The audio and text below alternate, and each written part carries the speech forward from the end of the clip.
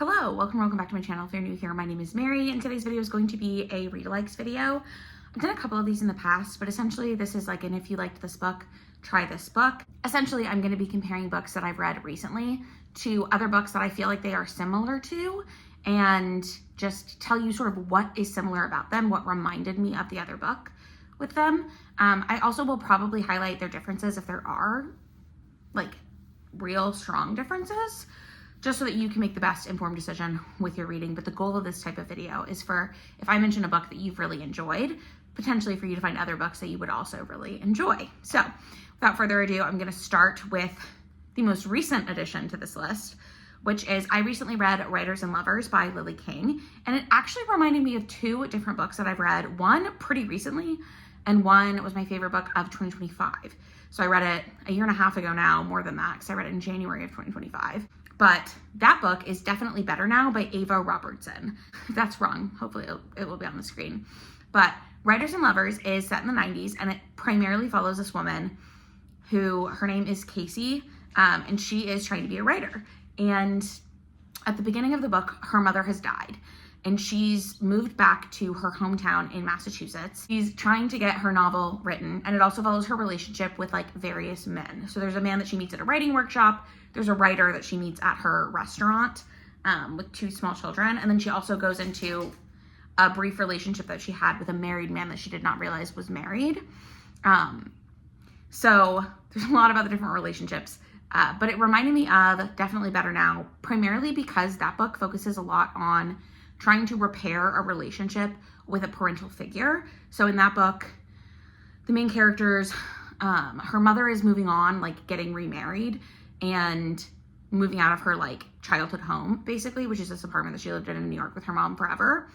And her dad, who is an alcoholic, is dying. And so he lives in upstate New York, I believe, with his wife, and she's trying to repair her relationship with her dad. She's also trying to like get over this feeling of betrayal she has from her mom moving on with her life.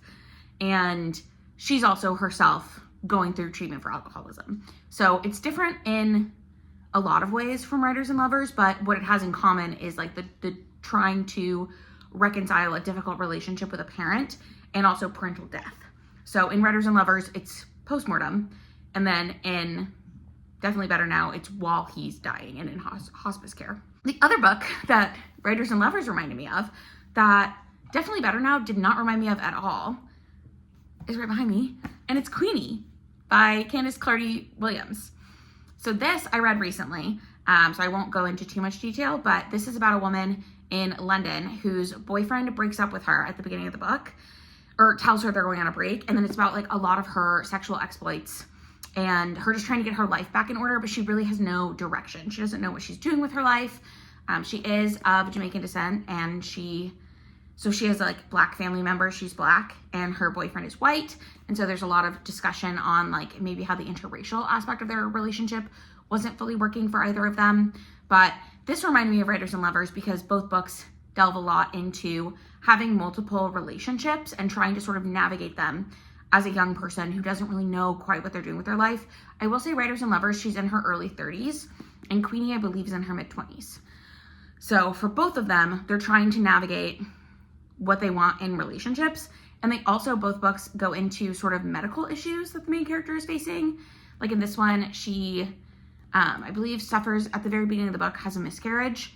And then from then on out, she's got some sort of like, I don't know if it's fibroids or something going on with her like potential fertility in the future, which is causing her to have to think about that, which she wasn't really concerned with before because she doesn't know if she wants kids. And also she's not planning on having kids anytime soon. A similar thing happens in Writers and Lovers, where she's sort of dealing with the fact of like, with these health problems that she's sort of coming to terms with the fact that she might have. Does she want kids? How would that look? How would that look with each different partner that she's sort of toying with settling down with, if that makes sense? But yeah, I think for very different reasons, those books reminded me of different things. But like if you read Queenie and what you liked about it was the exploration of a person's character through their different like relationships, Writers and Lovers has similar things to that. If what you liked about Definitely Better Now was the dynamic of a sick parent or a dying parent and a child having to like reconcile difficulties that they've had with that parent, you might also like Writers and Lovers for that aspect. And again, if you like either of those things in Writers and Lovers, I would encourage you to look at Queenie or Definitely Better Now as comp titles. The next book is actually one that I've mentioned before briefly when I was talking about this book when I read it this year, The Farm by Joanna Ramos. This is a subtly dystopian book. It's about surrogacy. The Farm is a dystopian book where women primarily from poor and like immigrant backgrounds go to become surrogates for really, really wealthy women. And you don't really know necessarily much about who you're a surrogate for, but you're like, while you are in the surrogacy program, you're on a strict regimented diet. You are stuck at this place and you can't see your family. So our main character, we follow several different points of view, but the one that I think is like the main one is, I believe she's a Filipina immigrant. And she goes to the farm because she needs money, obviously. You get paid for this. And she agrees to be a surrogate. She has a child already. She doesn't realize that she won't be able to have any contact with her child or her family. And so that's really difficult for her. And it's a lot about like her mental health as she's going through that. Similarly, I thought this book was really similar to The School for Good Mothers, which I read originally a few years ago, but then reread in January of this year. I can't remember. Jessamine Chan is the author of that. I'm really proud of myself for remembering that. I didn't think I would. But that book is about a woman who has a 2-year-old daughter, I think, and she leaves her at home for a couple hours alone and then gets her parental rights not like taken away, but she loses custody of the child and has to go through this thing called the School for Good Mothers, which is kind of like a prison system where she's with a bunch of other women who have also lost custody of their children. And they are given these like really lifelike dolls that they have to take care of. And you are there for like, I think she's there for like a year, 8 months, something crazy. And she doesn't have really any contact with her child. And then every time she does have contact with her child, the child is really upset because it doesn't know who she is.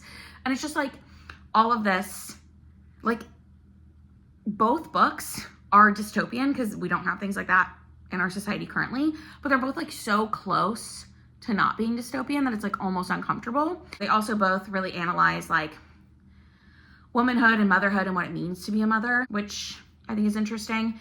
So if you've read either of those books and were interested in those aspects of the book, like the near futureness of the dystopianness of the novel, they also both feature Asian main characters, which is just sort of like a random aside. I don't know if Joanna Ramos is Filipino or not, but anyways, I found both of those books to be kind of similar in like tone, atmosphere, and just sort of the way that they handled the dystopian nature of the book. And also it's interesting to me that they're both like, again, not prisons, but like prison-like systems that these women technically sign up for, but are also like entrapped in. The next comparison I have for you is just like a narrative style, I guess. If you like Daisy Jones and the Six by Taylor Jenkins Reid, I think you would really like The Favorites by Lane Fargo. And I'm saying that because, okay, they both have that thing where it's telling a story through like interviews and different, like, I guess like interview formats. The Favorites, I don't remember if Daisy Jones and the Six was like this as well, but The Favorites, which I read this year, is about ice dancers. It's an ice dancing couple who had this really big, at the whole time you know that half of the book is this like tell-all documentary about this one Olympics. So it's all of these different people in the ice dancing world, like their old coaches, their old like competitors, people that trained with them, people that knew them when they were kids, people that knew them growing up, whatever.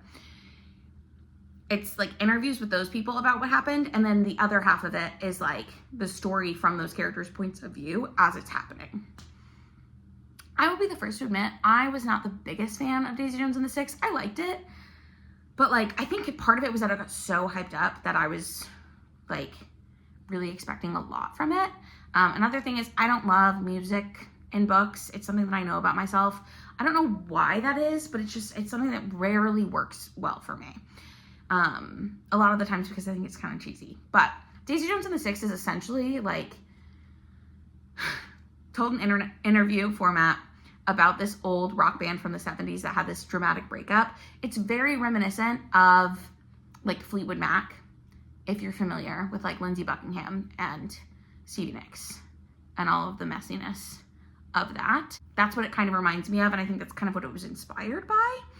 But what these books have in common is that interview format, and also like not forbidden love, but kind of like the whole story, you're waiting for these characters to get together and like hoping that they can figure it out.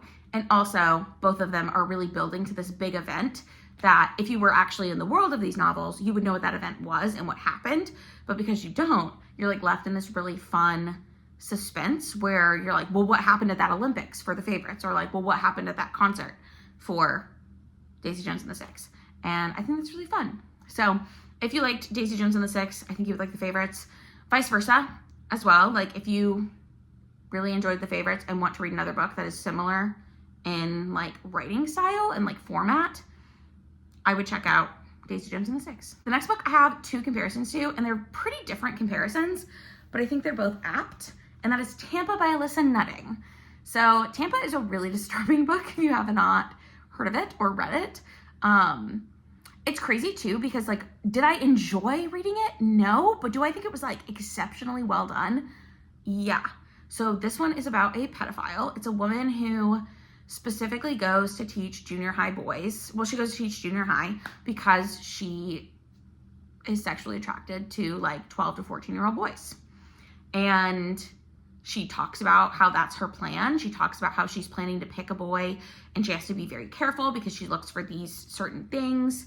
That means that he would be a better, she doesn't say victim, I don't think, but it's like very much implied like he would be easier to groom and also he would be less likely to tell someone.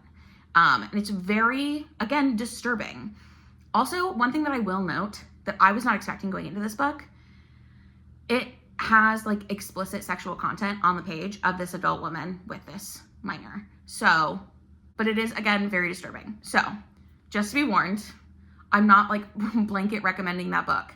However, if you've read that book, I think it's similar. So I have looked online, people disagree with this take, but it did remind me of Lolita by Nabokov, because you're in this pedophile's head the whole time, and that's what Lolita is. That's a Russian classic, but it's actually, I believe it was written in English by a Russian author, which is interesting.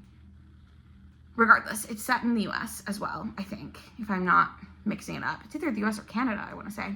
But it's about this guy who, again, talks about his process for looking for a victim. That he doesn't call her a victim, but he's looking for a child to victimize, to groom, to become his like partner. The other thing that I thought was interesting about both of these books talk about how after a certain age, the main character acknowledges that they will no longer be interested in this person. Which is so fascinating to me, I guess. I don't know, and disturbing. But again, they're both told from the perspective of this pedophile, but you're also never on the pedophile side, if that makes sense. So that's why I think it's similar-ish to Lolita. Again, Lolita does not really explicitly say anything, but it does like say that things happen, but it doesn't go into detail the way that like modern books go into detail about sexual content, if that makes sense. I hope I'm describing this appropriately. But I do think if you liked Lolita or were interested in Lolita, you might be interested in Tampa, and vice versa. The other one that I think works for a recommendation from Tampa or for Tampa, You by Caroline Kepnes. So the You series by Caroline Kepnes is about this guy, Joe Goldberg, who is a like murderer. He stalks and murders women, okay?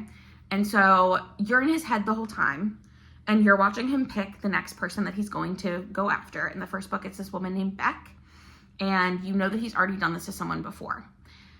I can't remember her name at this point, but she like kind of haunts the narrative. So it's just like, again, a fascinating like psychological thriller, because you're in the head of the killer and you know that what he's thinking and saying and doing is like kind of nuts, but also it's like a car crash, a train wreck, whatever, that you can't look away from. Similar to Tampa. I will say I did not find You nearly as disturbing as I found Tampa. So ye be warned, I guess.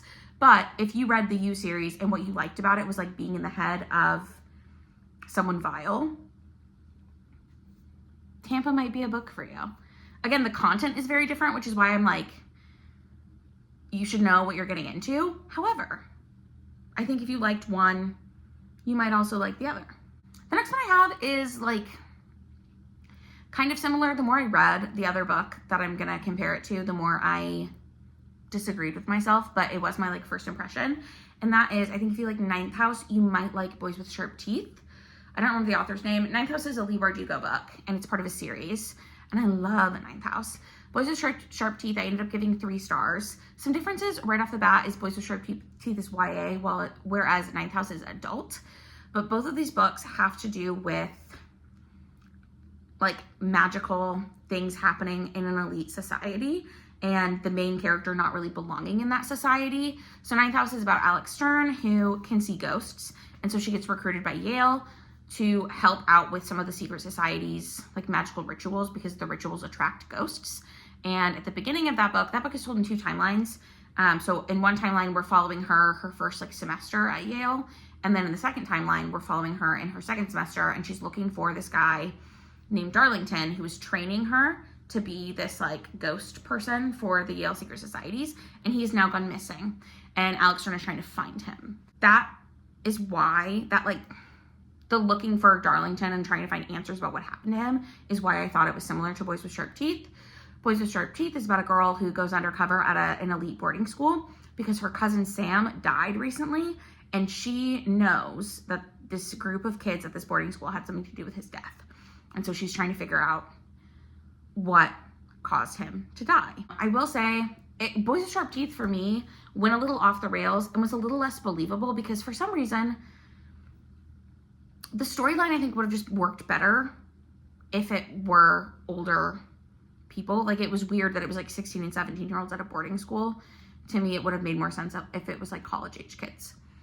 That being said, I think if I was younger, I would have liked it more. I do think if you read Boys with Sharp Teeth and then are looking for like an adult book series to like go into, if you're like an older teen, Ninth House and the Alex Stern series is a good one. I think it's kind of older now, but the 3rd book is coming out in September, and I can't wait, personally. That said, if you were interested in Ninth House and you wanted something else that was kind of like that, Boys with Sharp Teeth might be a good one for you to look into. Okay, and the last one that I have is kind of tenuous, but I do think it works because it's a little bit like weird girl fiction.